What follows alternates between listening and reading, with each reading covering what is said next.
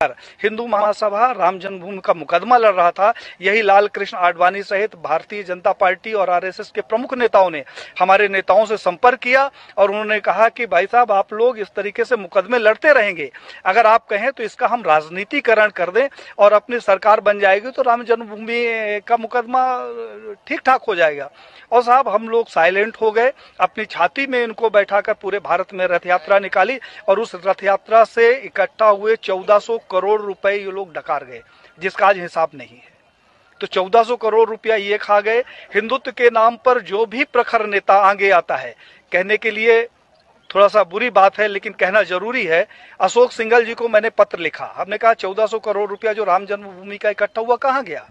अशोक सिंघल जी से हमारा बड़ा आत्मिक लगाव था, उन्होंने उसका जवाब दिया और मुझे फोन किया कि पांडे साहब, मैं अयोध्या जा रहा हूं, आप आ जाओ, आपसे कुछ बात करना है।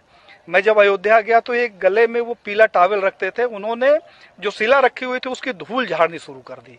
हमने कहा कि ये क्या कर रहे हो। बोला, पांडे जी, मेरा अंतिम सपना है कि किसी तरीके से मेरे जिंदा रहते ये मंदिर का निर्माण हो जाए। साहब, उन्होंने हमारी उनकी काफी गंभीर चर्चा हुई। उन्होंने कहा, पांडे जी, अभी नहीं तो कभी नहीं। तो हमने कहा, क्या करोगे, आप लड़ तो सकते नहीं। बोले कि अब मोदी है और लड़ूंगा भी और विरोध भी करूंगा।